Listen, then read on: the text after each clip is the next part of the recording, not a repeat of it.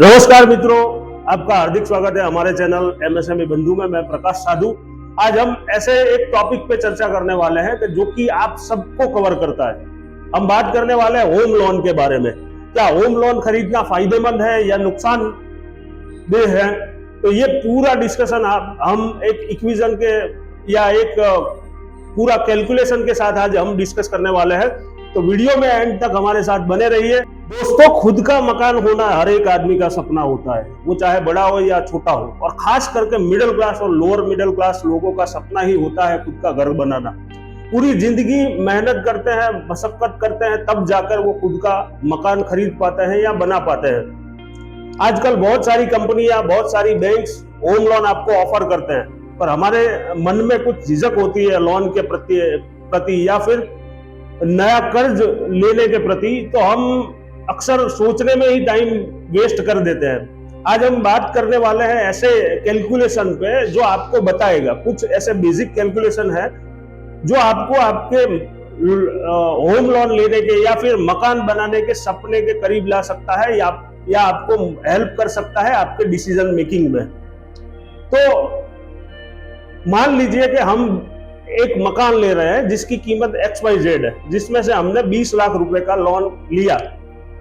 हम यहाँ बात करेंगे पूरा लोन के अमाउंट पे, तो मकान के अमाउंट को आप साइड में रखना। हम जो पूरा जो कैलकुलेशन आपके सामने रखने वाले हैं वो लोन अमाउंट के ऊपर ही होगा। तो ये पूरा जो कैलकुलेशन है वो ध्यान से देखना।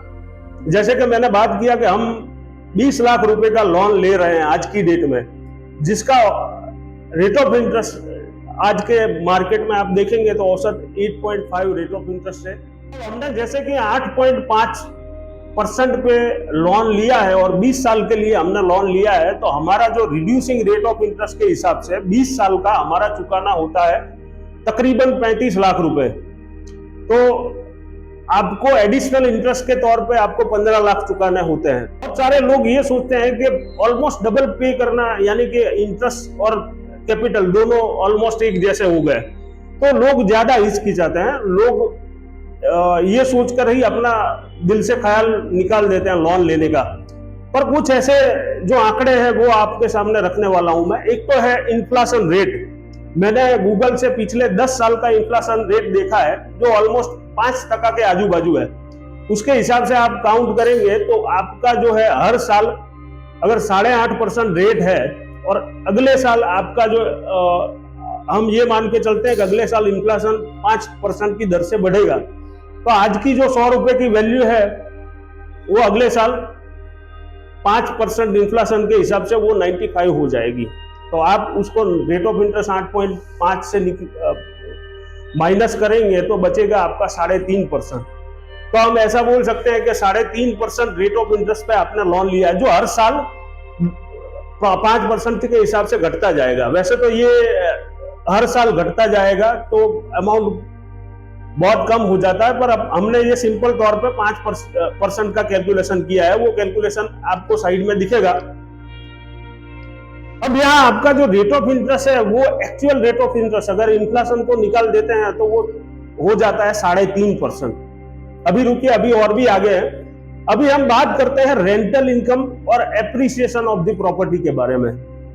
अभी आपकी प्रॉपर्टी का जो रेंटल है हम 20,000 रुपए पर मंथ के हिसाब से पकड़ते हैं, और एप्रिसिएशन का मैंने गूगल से डेटा निकाला तो लास्ट 5 इयर्स का अहमदाबाद की मैं अगर बात करता हूं तो लास्ट 5 साल में 45% जो है प्रॉपर्टी को एप्रिसिएशन मिला है। यानी ऑलमोस्ट आप एवरेज निकाले तो उसकी 9% होता है, पर हमने यहाँ पे 7% काउंट किया है।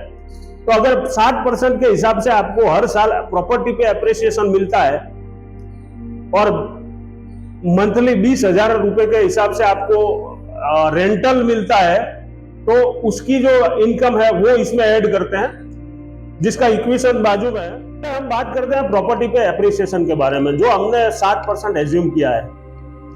यहाँ पर हम जो है वो लोन वैल्यू को ही लेके चलेंगे। चाहे आपकी प्रॉपर्टी आज की डेट में 40 लाख की भी हो, तो 20 लाख रुपए आपने आपके पॉकेट से डाले हैं, 20 लाख रुपए का लोन किया है। पर यहाँ पे जो पूरा कैलकुलेशन है वो है लोन अमाउंट का, क्योंकि 7% के हिसाब से हम चलेंगे तो वो 20 लाख पे भी होगा या 40 लाख पे भी होगा।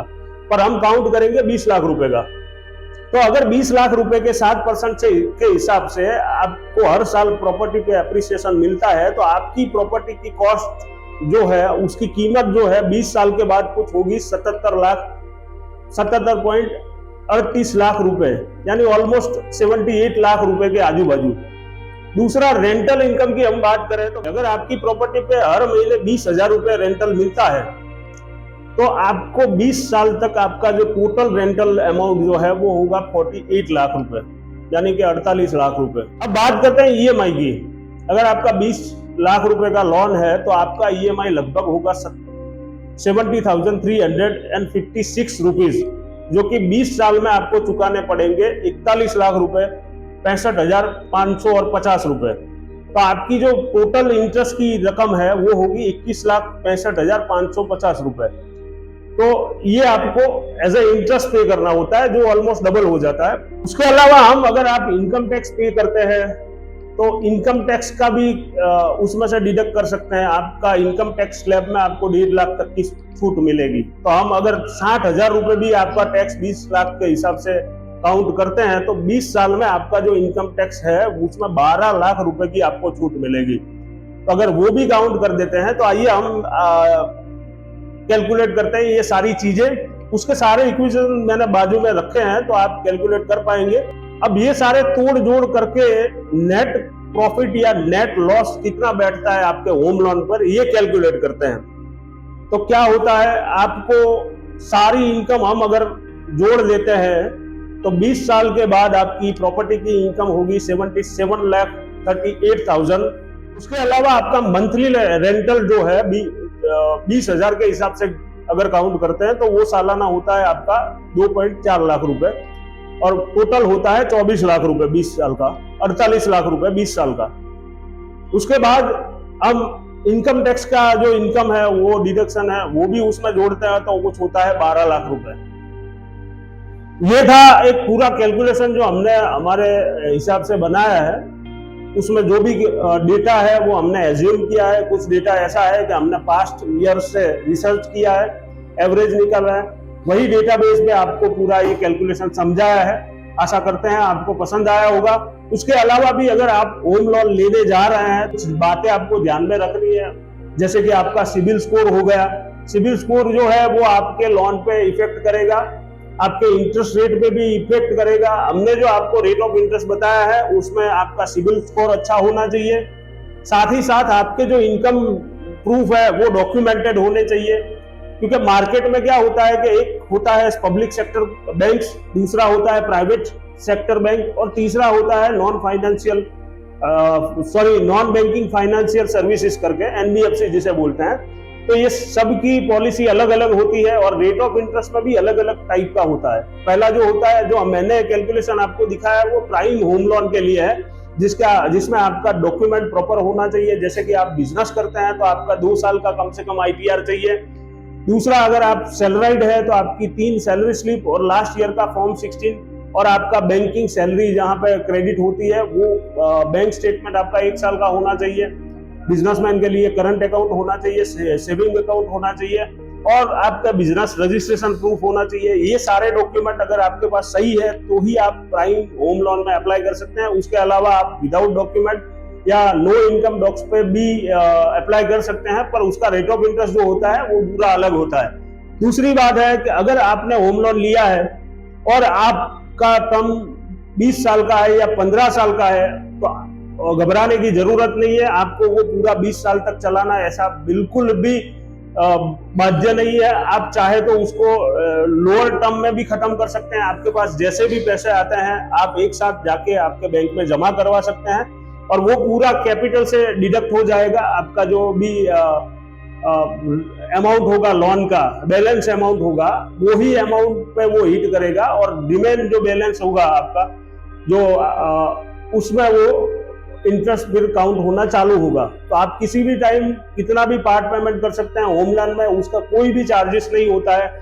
आपने 15 लाख के लिए 15 साल के लिए लोन लिया है, आप चाहे तो 5 साल में भी खत्म कर सकते हैं।